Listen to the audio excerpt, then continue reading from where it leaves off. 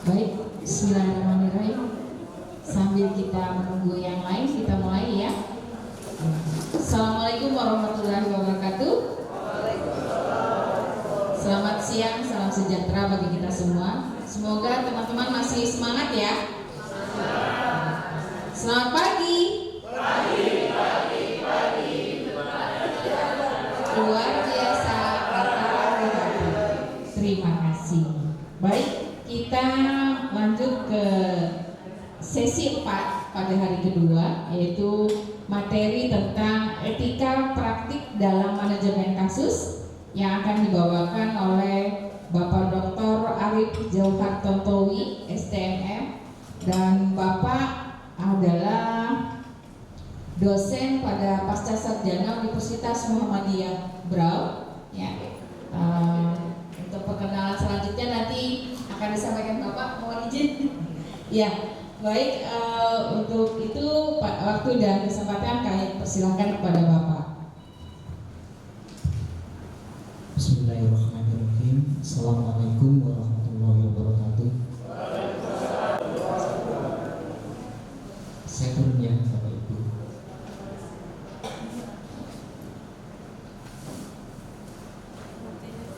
Baik, salam sejahtera untuk kita semua.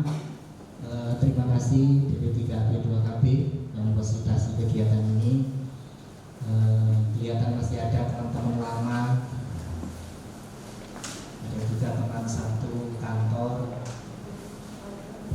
tapi juga ada yang saya mungkin kali ini melihatnya. Baik Bapak Ibu, pada hari ini kita akan belajar bersama tentang etika praktik dalam manajemen kasus. Tadi saya disuruh memperkenalkan diri dulu ya. Oke, ini nama saya Arif Jauhar Tontowi. Saya tinggal di Tanjung Selor, Jalan Muri 22. S3 saya dari manajemen Brawijaya Malang. Kemudian saya dosen tetap di Pascasarjana Universitas Muhammadiyah Brau. Dulu di Unikal sempat 4 tahun setengah ya. Tapi di Unikal nggak boleh merangkap, jadi pindah office. Saya juga sebagai ketua 2 di Basnas Provinsi Kaltara. Saya sebagai komisaris di PT DBR Bank Bulungan. Saya staf ahli di Komisi 4 DPRD Provinsi Kalimantan Utara. Kemudian saya konsultan Balai Penjaminan Mutu untuk BPMP Provinsi Kalimantan Utara. Masih ada kegiatan usaha di rumah PT AJP Wilinus, dan di UPTD BPA Provinsi dan Kabupaten saya sebagai tim ahli media fraud. Jadi itu kegiatan profesional saya. Aktivitas sosial sebagai wakil ketua Puspa, jadi ketuanya Bunda Fani, saya wakilnya. Dulu saya ketuanya, gantian, kemudian Bunda Fani. Saya fasilitator daerah dan nasional PATBM dari 2016. Jadi saya merasa yang membesarkan saya ini DP3AP2KB. Kemudian sekretaris umum di Ganas Anar MUI Kaltara, Gerakan Nasional Anti Narkoba. Buku ada 18, artikel nasional ada 4, internasional 140 artikel yang terbit di Wadah Karangan. Itu sekitar sebagai perkenalan ya. Alhamdulillah, kalau sibuk ya tiap hari sibuk karena pekerjaannya lumayan berat. Dan itu yang kita cari. Baik Bapak Ibu, itu sekedar sebagai perkenalan. Nanti kita akan sangat yakin bahwa Bapak Ibu semua di sini sudah cukup lama bekerja di bidang ini dan semuanya sudah punya pengalaman masing-masing, sehingga kita nanti eksplor bersama, saling berbagi di antara kita. Oleh karena itu nanti dibagi kelompoknya 4 saja ya, 4 saja nanti kelompoknya, jadi duduknya di 4 meja saja. Baik, nanti setelah kita akan diskusi interaktif, maka nanti kita akan bagi menjadi 4 kelompok. Yang akan kita pelajari pada hari ini, yang pertama adalah prinsip-prinsip pekerjaan sosial. Namun di dalam mempelajari bagian ini, kami memandang perlu untuk menguatkan beberapa teknik, karena kalau teknik-teknik berhubungan dengan orang ini tidak kita kuatkan, maka kita juga akan kebingungan ketika kita akan menjalankan kegiatan kita, mendampingi mungkin gitu ya, dengan klien-klien kita yang tidak melanggar secara etik. Oleh karena itu nanti di bagian pertama ini nanti akan dikuatkan bagaimana menjadi orang yang dipercaya oleh klien. Kemudian yang kedua, bagaimana sebenarnya strategi melayani klien. Ini masih sangat erat kaitannya dengan etika. Kalau etika kita salah, maka cara kita, strategi kita pasti tidak optimal. Kemudian bagaimana memahami klien social style. Kan karakter dari klien kita itu bermacam-macam social style-nya. Kalau yang begini kita harus bagaimana, yang begini harus bagaimana, yang introvert bagaimana, yang ekstrovert bagaimana. Karena itu nanti yang ekstrovert itu biasanya ujian kita itu sangat berat itu. Karena kan orangnya itu mungkin ekspresif. Nah, kalau kita tidak bisa mengendalikan diri, mungkin kita akan terjebak oleh hubungan-hubungan yang tidak profesional. Oleh karena itu kita perlu memahami bagaimana klien social style. Kemudian yang berikutnya adalah memahami klien power map. Jadi bagaimana kita memetakan orang-orang yang ada di sekitar klien kita yang dia punya hubungan pengaruh. Kalau misalnya klien kita itu anak-anak, siapa yang mengambil keputusan? Kita harus tahu. Siapa yang memberi pengaruh? Siapa yang memberi rekomendasi? Kita harus tahu. Kita tidak bisa mengambil begitu saja bahwa klien kita itu sementara dia anak, dia masih dalam kekuasaan orang tuanya. Nah, ini kita perlu tahu tentang klien power map. Jadi peta kekuatan klien atau orang-orang yang ada di sekitar klien kita itu, dia itu mempunyai pengaruh sebagai apa. Dengan begitu nanti kita akan melakukan pendekatan dan pelayanannya itu menjadi lebih tepat. Kemudian yang berikutnya nanti kita akan bicara tentang etika penggunaan teknologi dalam penanganan kasus, dan yang terakhir adalah dilema etik. Ini yang akan kita pelajari sampai di jam 16 ke depan. Baik Bapak Ibu, ada 7 prinsip-prinsip di dalam pekerjaan sosial. Tadi ada yang memang profesional ya, sebagai peksos profesional yang pasti ini sudah tidak asing lagi. Prinsip yang pertama itu adalah individualisasi. Artinya setiap orang itu tidak bisa kita perlakukan sama. Kalau menangani anak-anak laki-laki dan perempuan itu pasti berbeda. Mungkin dia juga anak-anak, tapi dia dari keluarga yang berbeda, pasti akan berbeda.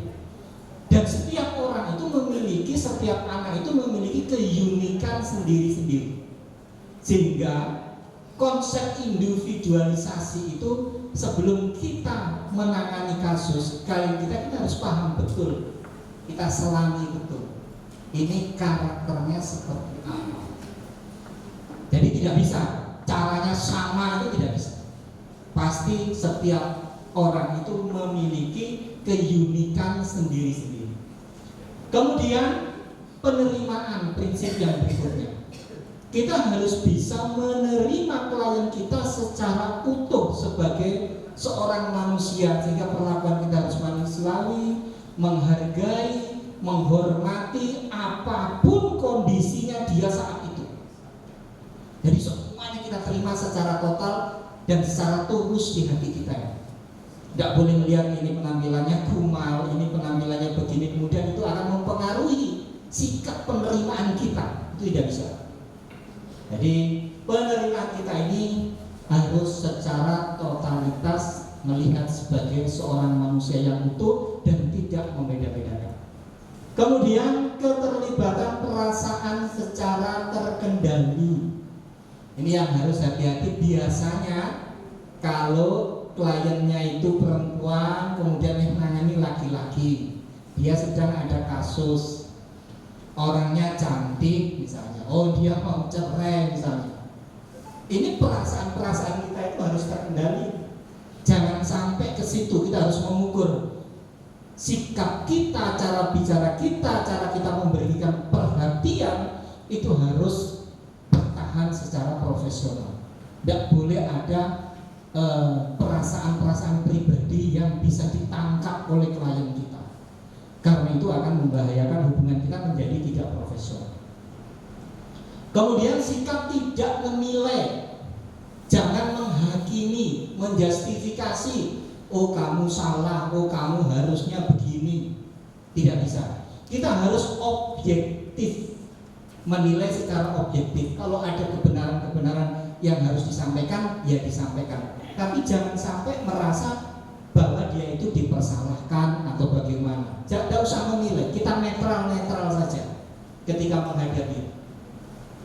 Kemudian ekspresi perasaan, kita harus menerima mereka dengan satu ketulusan, dengan perasaan sukacita, dengan semangat, sehingga dia merasa bahwa semuanya itu berasal dari hati kita dan dia juga akan menerima dengan hatinya. Yang tidak kalah pentingnya adalah pasti rahasia. Tidak boleh sampai ada orang lain tahu, tidak boleh diekspos kemana-mana. Dan yang terakhir, menentukan diri sendiri. Artinya begini Bapak Ibu, jangan kita yang menentukan apa yang harus dilakukan oleh klien kita, tapi kita mengarahkan agar dia membuat keputusan-keputusan sendiri, mengarahkan jalan pikirannya. Kecuali misalnya dia balita, tapi itu pun harus orang tuanya, tidak boleh kita. Biasanya kita cenderung memberikan solusi. Sebenarnya memberi solusi itu kurang tepat. Nah, nanti itu ada caranya. Jadi kontekstualisasi itu bukan kalau kita memaksakan solusi kepada klien kita, kalau dia tidak bisa menerima, lama-lama kita kecapean. Jadi kita harus bangun dia, masalahnya apa, kemudian yang paling cocok bagi dia, yang paling diinginkan bagi dia apa. Disitulah kita memberikan penguatan apa yang harus dilakukan. Jadi bukan semata-mata dari pikiran kita, begini loh, kamu harus melakukan ini. Tidak begitu. Oleh karena itu nanti setelah kita mempelajari prinsip-prinsip pekerjaan sosial ini, maka kita akan menentukan strateginya bagaimana. Oke. Baik, Bapak Ibu, sebelum kita berbicara tentang strateginya bagaimana, sekarang coba dengan gambaran tadi itu, pasti Bapak Ibu selama ini di lapangan sudah pernah merasakan ya, bagaimana ketika menghadapi klien balita, anak-anak, remaja atau dewasa. Balita perempuan, bagaimana? Perlakuannya pasti berbeda. Anak-anak, laki-laki dan perempuan pasti berbeda. Remaja, laki-laki dan perempuan pasti berbeda. Dewasa juga begitu, laki-laki dan perempuan pasti berbeda. Kami tidak ingin berikan satu doktrin harus begini, karena kita punya kebiasaan budaya dan etika yang berbeda-beda. Oleh karena itu mari kita rumuskan bersama. Jadi apa batasan etika yang harus dipatuhi dalam melayani klien? Misalnya kalau balita, laki-laki dan perempuan ini apa yang harus dipatuhi, yang harus dijaga? Kemudian kalau anak-anak, laki-laki dan perempuan bagaimana? Kalau remaja, laki-laki dan perempuan bagaimana? Bagaimana? Yang dewasa juga begitu. Nah, sekarang kita bagi menjadi 4 kelompok. Sekarang bergabung karena itu 1, 2, 3, 4 yaitu salah itu angkanya 5. Ya, silakan Bapak Ibu berkumpul di 4 meja. Bapak Ibu merumuskan ini. Jadi batasan etika apa yang kalau balita harus dipegang teguh, tidak boleh dilanggar? Langsung ke balita.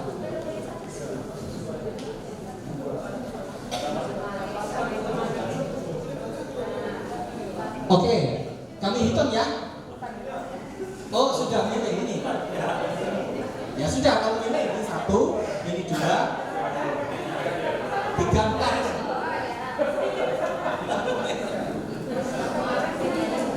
Sudah memilih ya. Silakan.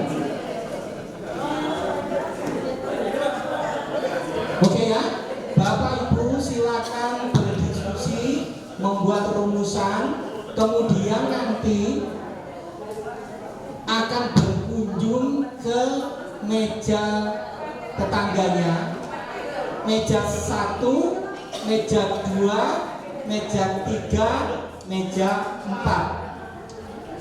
1, 2, 3, 4 memilih di situ boleh.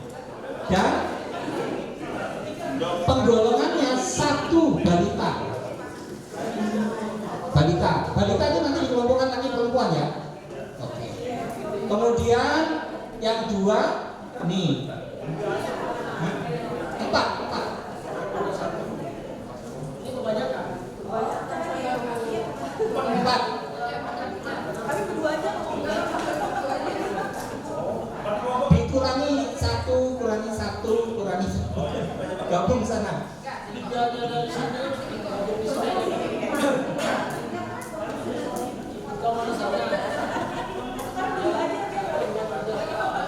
Oke, silakan kami beri waktu 15 menit berdiskusi. Nanti akan saling berkunjung ke meja sebelah. Tapi di setiap meja ditetapkan siapa juru bicaranya. Jadi kalau dikunjungi oleh meja sebelah, yang juru bicara menjelaskan. Nanti temennya yang lain berkunjung ke sebelahnya tanya. Ya. Oke, silakan.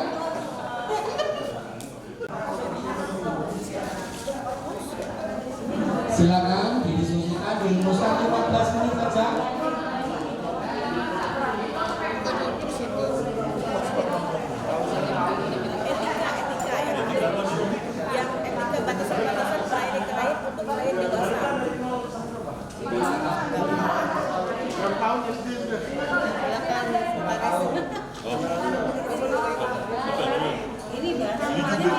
SD masuk anak-anak ya.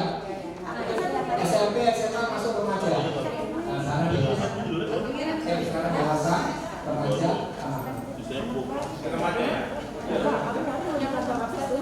silakan dituangkan di situ semua ide-ide Bapak Ibu. Apa etika yang harus dipatuhi dan dipegang dalam melayani klien?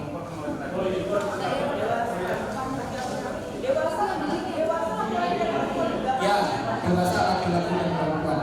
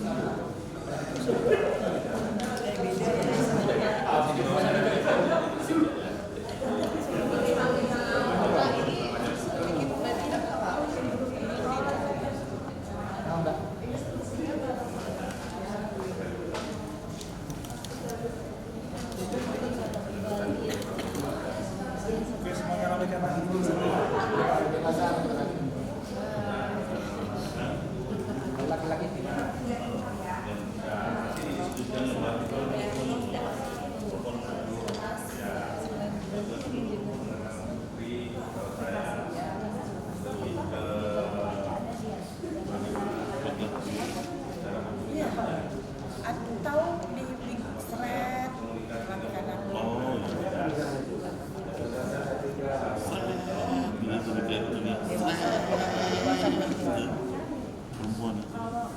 Oh gitu, berarti batasannya kalau dia dewasa perempuan harus dengan kasual perempuan. Iya. Dewasa laki-laki bisa laki-laki bisa perempuan. Iya. Dan itu dia batasannya apa?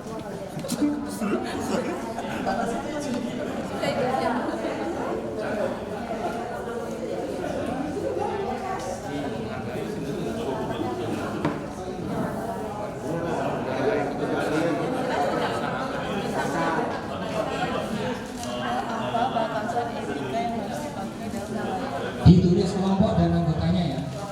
1, 2, 3, 4. Tulis nama kelompok aja di sini.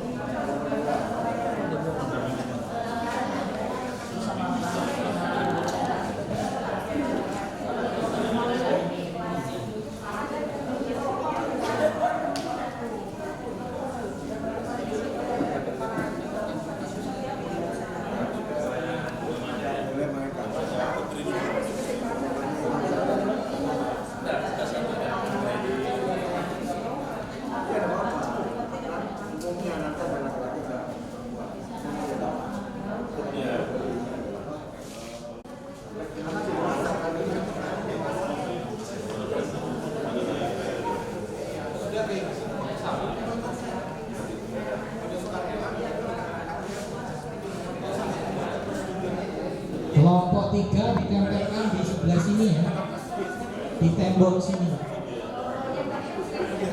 Kelompok 1 ditempelkan di situ. Kelompok 2 di tengah, kelompok 4 di belakangnya. Ditempelkan di tembok.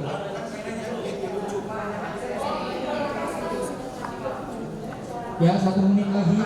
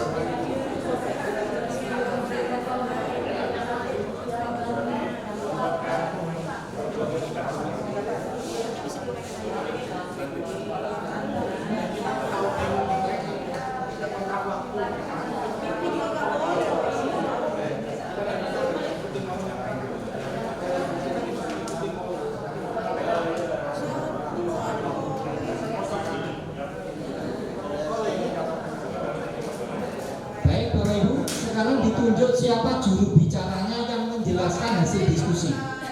Berdiri di sampingnya hasil diskusi itu. Berdiri dulu.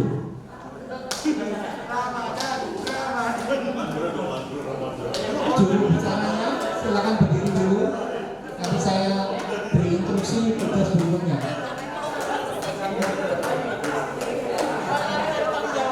Siapa judulnya? Bapak di situ. Bapak di situ. Berdiri di sampingnya hasil diskusinya. Nah, silakan. Kelompok 4 siapa? Jubirnya Mbak Ceci. Oh, Pak Ramadan ya. Mas Ramadan. Oke, nomor 1.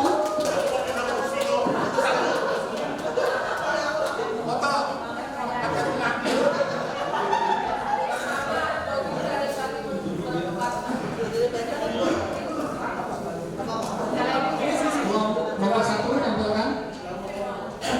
Baik, juru bicaranya berdiri di sampingnya hasil diskusi. Juru bicaranya nomor 1. Nomor 3 siapa? Nomor 3 siapa? Oke.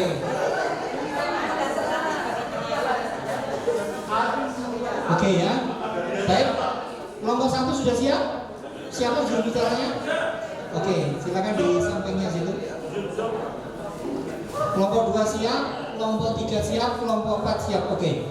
Tugas Bapak Ibu berikutnya adalah kelompok 4 berkunjung di kelompok 1. Nanti juru bicaranya menjelaskan. Tapi tugasnya Bapak Ibu tidak hanya mendengarkan, tapi juga mengkritisi. Kalau perlu ada kekurangan ditambahi dan langsung disempurnakan di situ. Oke? Kelompok 4 ke 1, kelompok 3 ke 2, kelompok 4 dulu ke 1 berkunjung, kelompok 3 ke 2,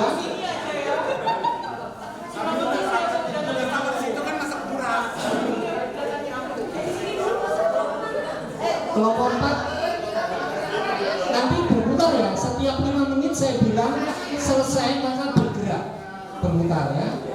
Oke, siap dulu. Kelompok 4 ke kelompok 1. Kelompok 4 di sini. Yang tadi kelompok 4 pada saat itu mau menjelaskan informasi yang sudah terjadi. Misalkan tidak, berarti sebagiannya seperti itu dan menjaga kebersihannya. Semua laki-laki sama. Etika menangani lagi. Anak-anak. Contohnya bagaimana itu Pak? Kode etik kita terhadap wanita yang ngajak kita ajak ngobrol itu sesuaikan dengan umurnya. Jangan sampai kita menggunakan istilah-istilah anak kuliahan ya. Coba bagaimana kronologinya kok bisa terlantar?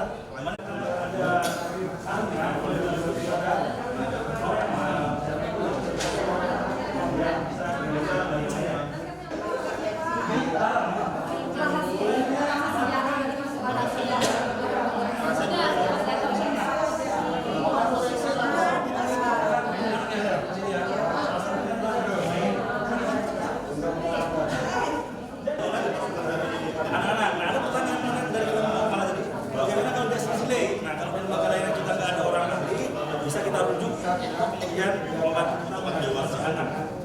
Selanjutnya memberikan edukasi tentang area yang mana boleh disebut, mana yang tidak. Karena anak balita yang memberikan itu biasanya tidak mengenali tanda-tanda bahaya yang menurutnya. Kalau gimana aja dulu?